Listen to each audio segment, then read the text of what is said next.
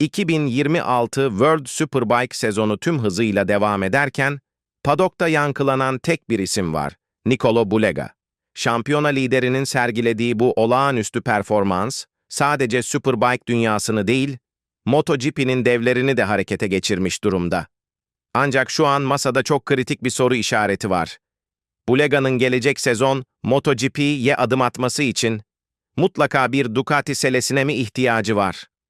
Spor kamuoyunda ve İtalyan basınında yüksek sesle konuşulan analizlere göre, Bulega'nın Ducati bağı olmadan da kral sınıfına geçişi artık bir imkansız değil.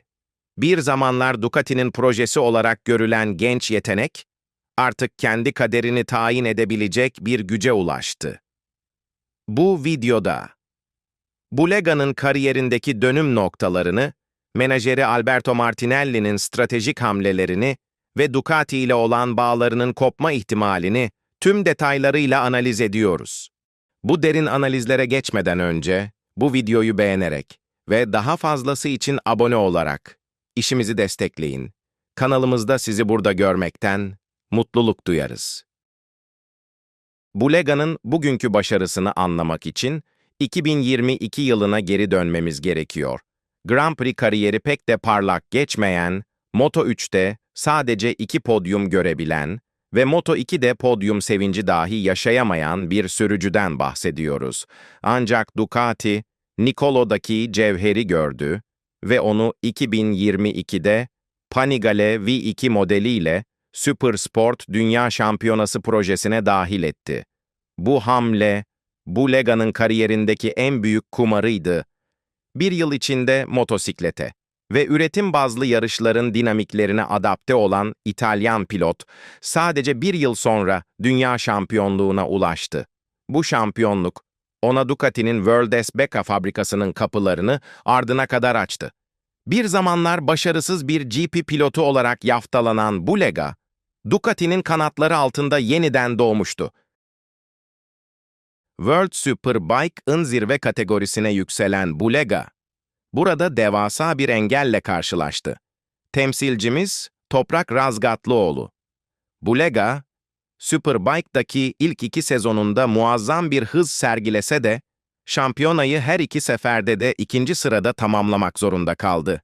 Her 2 sezonda da şampiyonluk kupasını Toprak'ın ellerine bırakan Bulega, aslında bu süreçte ne kadar istikrarlı olduğunu da kanıtladı. Toprak Razgatlıoğlu'nun bu domine edici performansı sonrası, 2026'da Pramac Yamaha ile MotoGP'ye geçiş yapması, World Superbike'ta büyük bir boşluk yarattı. Bulega için bu durum, bir yandan rakibinden kurtulmak, diğer yandan ise Toprak'ın açtığı o kapıdan geçmek için bir fırsat haline geldi. Toprak'ın başarısı, Superbike pilotlarının MotoGP'de neler yapabileceğine dair algıyı tamamen değiştirdi. 2026 sezonuna geldiğimizde ise bambaşka bir Bulega izliyoruz. 2025 sezonundaki kuru zemin yarışlarında Toprak Razgatlıoğlu dışında hiçbir rakibe geçilmeyen İtalyan pilot, bu yıla adeta namağlup bir başlangıç yaptı. İlk 2 yarışı kimseye şans tanımadan kazanması, onun sadece bir ikinci pilot olmadığını, artık şampiyonanın asıl patronu olduğunu ilan etti. Bu performans, Ducati yönetiminin de gözünden kaçmadı. Bulega, bu yıl sadece bir yarışçı değil, aynı zamanda Ducati Corse Moto GP test ekibinin bir parçası haline getirildi. Mikel Pirro ile birlikte testlere katılması, onu teorik olarak MotoGP için en hazır ve en güçlü aday konumuna yükseltti. Artık o, Ducati'nin her iki dünyasındaki en kritik isimlerden biri. Sadece performansın zirvesinde olmak, her zaman o koltuğu garanti altına almıyor. Bulega'nın gelecek sezon MotoGP gridinde yer alıp almayacağı henüz netleşmiş değil. Burada en büyük faktör, MotoGP'deki büyük taşların yerine oturmamış olması. Marc Marquez, Pecco Bagnaia ve Fabio Quartararo gibi dev isimlerin gelecek sezon planları netleşmeden, takımların ikinci pilotlar için karar vermesi beklenmiyor. Bulega, adeta bir bekleme odasında. Ancak bu bekleyiş pasif bir bekleyiş değil. Kendi değerini her yarışta biraz daha artırarak, büyük takımların stratejilerinde bir B planı olmaktan çıkıp ana hedef haline gelmeye çalışıyor. Padoktaki liderlerin hamleleri, Bulega'nın rotasını da belirleyecek. Bulega'nın menajeri Alberto Martinelli, son günlerde İtalyan basınına verdiği demeçlerle tüm dikkatleri üzerine çekti. Martinelli, çok net bir strateji izliyor. Sabırlı ama kararlı.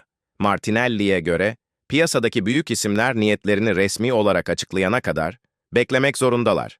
Takım liderleri belli olduktan sonra, ekiplerin yardımcı pilot veya takım arkadaşı arayışına gireceğini belirten menajer, Bulega'nın bu aşamadaki en değerli parça olduğunu ima ediyor. Büyüklerin satranç hamlelerini bitirmesini bekliyoruz diyen Martinelli, aslında diğer takımlara da açık bir mesaj gönderiyor, biz buradayız ve tekliflere açığız. Martinelli'nin açıklamalarındaki en can alıcı nokta ise, sadakat ve profesyonellik dengesi üzerine kuruluydu.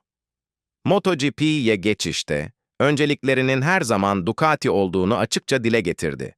Sonuçta Bulega'yı bugünlere getiren marka Ducati'ydi. Martinelli sadece, profesyonel sporun gerçeklerini de hatırlatmaktan geri kalmadı. MotoGP'de Ducati ile devam etmek istiyoruz ve onlar da bunu biliyor diyen menajer, hemen ardından kritik cümleyi kurdu. Farklı bir markayla dönmek imkansız değil. Bu açıklama, Ducati'ye verilmiş çok net bir ultimatomdur. Eğer bize zamanında ve hak ettiğimiz bir teklif sunmazsanız, Bulega'yı başka bir üreticinin renkleri altında görebilirsiniz. Transfer süreçleri asla tek taraflı yürümez. Martinelli'nin vurguladığı gibi, bu iki taraflı bir süreç. Ducati'nin Borgo Panigale merkezindeki planlarını, uydu takımlarıyla, yani Pramac, YR46 ve Gresini gibi ekiplerle yaptığı gizli anlaşmaları, dışarıdan bilmek imkansız. Bulega cephesi, Ducati'nin kendi iç dengelerini kurmasını bekliyor. Ancak bu bekleme süresinin bir sınırı var, çok uzun süre beklemeyeceğiz ifadesi, yaz aylarının ortalarına kadar bir aksiyon alınmazsa, diğer markalarla resmi temasların başlayacağının sinyali. Eğer Ducati elini çabuk tutmazsa, kendi elleriyle büyüttüğü bu yeteneği, belki de en büyük rakibi olan Aprilia veya KTM gibi bir markaya kaptırabilir. Tüm bu transfer dedikodularının ortasında, Bulega'nın odağını kaybetmemesi gerekiyor. Menajeri, Nicolo'nun tam bir profesyonel olduğunu ve şu anki önceliğinin 2026 World Superbike şampiyonluğu olduğunu özellikle vurguluyor. Çünkü her iki taraf da biliyor ki, Superbike dünya şampiyonu unvanını kazanmak, masadaki pazarlık gücünü 2 katına çıkaracaktır. Şampiyon bir pilot olarak MotoGP'ye gitmek, sadece bir koltuk bulmak değil, o koltukta söz sahibi olmak demektir. Bulega, motosiklet yarışlarının en üst seviyesindeki efsaneler arasına girmek istiyorsa, önce yarım kalan hesabını kapatmalı ve Toprak'ın ardından o kupayı tekrar İtalya'ya getirmeli. Sonuç olarak, Nicolo Bulega, kariyerinin en kritik kavşağında duruyor. Ducati'nin sadık askeri olarak kalıp, MotoGP'de bir uydu takımda fırsat mı bekleyecek?